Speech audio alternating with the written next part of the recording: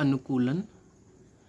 अनुकूलन अधिवास के अनुसार, भौगोलिक परिस्थिति के अनुसार विशिष्ट परिवेश में जीवित रहना, प्रजनन द्वारा स्वयं का अस्तित्व बनाए रखना, भोजन प्राप्त करना, शत्रु से स्वयं का रक्षण करना जैसे अनेक कारणों के लिए शरीर के अंगों व क्रियाओं में होने वाले परिवर्तनों को अनुकूलन कहते हैं।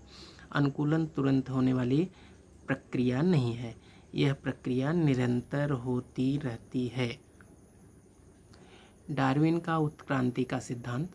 वैज्ञानिक चार्ल्स डार्विन ने अनेक प्रकार के प्राणियों और वनस्पतियों का अध्ययन करके जो सक्षम रहेगा वही जीवित बचेगा का सिद्धांत और दूसरा प्राकृतिक चयन का सिद्धांत प्रतिपादित किया। डार्विन का पहला सिद्धांत, पर्यावरण में जो सजीव जीवित रहने के लिए सर्वाधिक सक्षम होते हैं उनके जीवन की संभावना सर्वाधिक होती है, इसे ही जो सक्षम रहेगा वही जीवित बचेगा का सिद्धांत कहते हैं और यही डार्विन का पहला सिद्धांत है। डार्विन का दूसरा सिद्धांत, अगर कोई सजीव उसे फायदेमंद साबित होने वाली विशेषता लेकर जन्म लेता है और टिक पाता है तो उसकी अगली पीढ़ी भी उसके समान बनती है, इसे ही डार्विन का दूसरा सिद्धांत कहते हैं। सजीवों का वर्गीकरण। वैज्ञानिकों ने अलग अलग गुणधर्मों के आधार पर सजीवों का वर्गीकरण किया। इसकी शुरुआत प्राणी शिष्ट और वनस्पति शिष्ट से किया। मतलब जो सजीव हैं, सजीव मतलब प्राणी और वनस्पति यानी संसार के सभी प्राणी और संसार की सभी पेड़ पौधे यानी वनस्पतियाँ। पहले ऐसे ही वर्गीकरण करिए दो भागों में। फिर सजीवों के गुणधर्मों की मूलभूत समानताओं और विभिन्नताओं के आधार पर उनके समूह तैयार किए। जैसे आप मांसाहारी और शाकाहारी आप सुनते हैं, ऐसा ये वर्गीकरण ही है और जिन्हें वर्गीकरण का पदानुक्रम कहते हैं। ये जो पदानुक्रम है ये इसके अवयव घटक kingdom, phylum, class, order, family, genus, species हैं। तो इसके आधार पे जो है सभी प्राणियों और वनस्पतियों का वर्गीकरण किया गया है।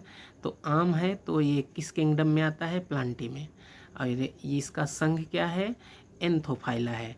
तो ऐसे ही बांटा गया है। ऐसे मानव का देखिए ये किस किंगडम में आता है? एनिमलिया। और किस संघ में आता है? कार्डेटा। और किस वर्ग में आता है? मैमेलियन। और किस क्रम में आर्डर में आता है? प्राइमेट्स।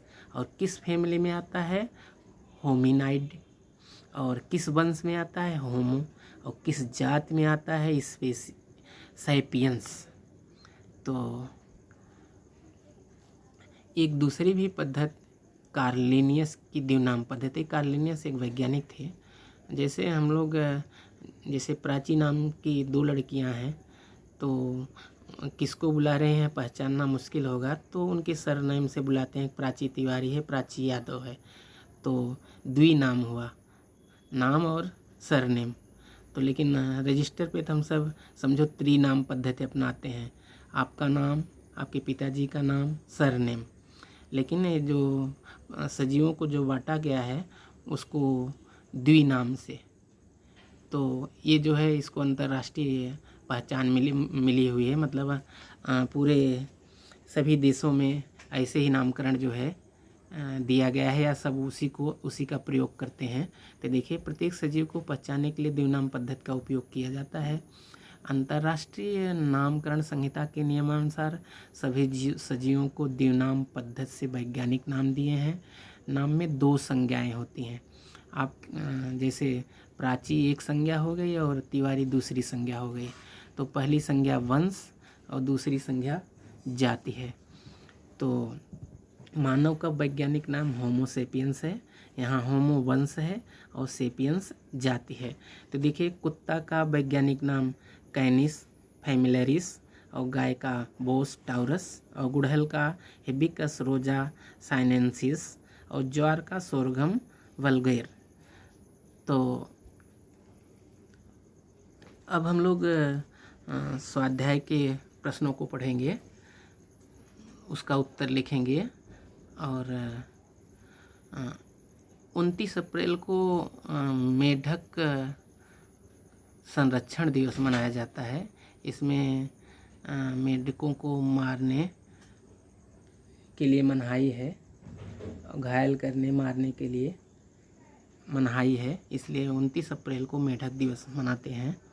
तो देखिए इस स्वाध्याय का पहला प्रश्न है, बताओ मैं किसके साथ अपनी जोड़ी बनाऊं। तो ये तो प्रश्न है, सीधा हमने जोड़ियां बना दी है, लेकिन आपको लिखना है। पहला नंबर कमल डालेंगे, उसके सीधे में उसी लाइन में क्या लिखेंगे, पानी में रहने के लिए अनुकूलित। दूसरा घृत कुमारिका है, तो ऐसे आप तीर नहीं बनाओगे, इसी लाइन में डैश दे करके आगे क्या लिखोगे, रेगिस्तान में रहने के लिए अनुकूलित। फिर अमरबेल, अमरबेल के सीध में क्या लिखेंगे, अन्न ग्रहण के लिए अवशोषक जड़ें होती हैं। और घटपर्णी, इसके सीध में लिखेंगे फूल और पत्तियां कीटकों को आकर्षित करते हैं। अब परिच्छेद पढ़ो और दिए हुए प्रश्नों के उत्तर तुम्हारे शब्दों में लिखो। मैं पेंगुइन हूँ, बर्फीले प्रदेश में रहता हूँ। मेरे शरीर के पेट की ओर का भाग सफ़ेद है। मेरी त्वचा मोटी और त्वचा के निचली ओर चर्बी की परत है। मेरा शरीर सुंडाकार है। मेरे पंख छोटे आकार के हैं। मेरी उंगलियाँ पतली त्वचा से जुड़ी हैं। यह हमेशा झुंड में रहते हैं। तो ये जो आप देख रहे हैं शरीर की रचना, वो उनके में हुआ ये अनुकूलन है उस प्राणियों में, जिसके कारण जो है इतने बर्फीले प्रदेश में वो जीवित रहते हैं। तो ये तो प्रश्न है, आपको नोटबुक में यहाँ से लिखना है, ये नहीं उतारना है इतना।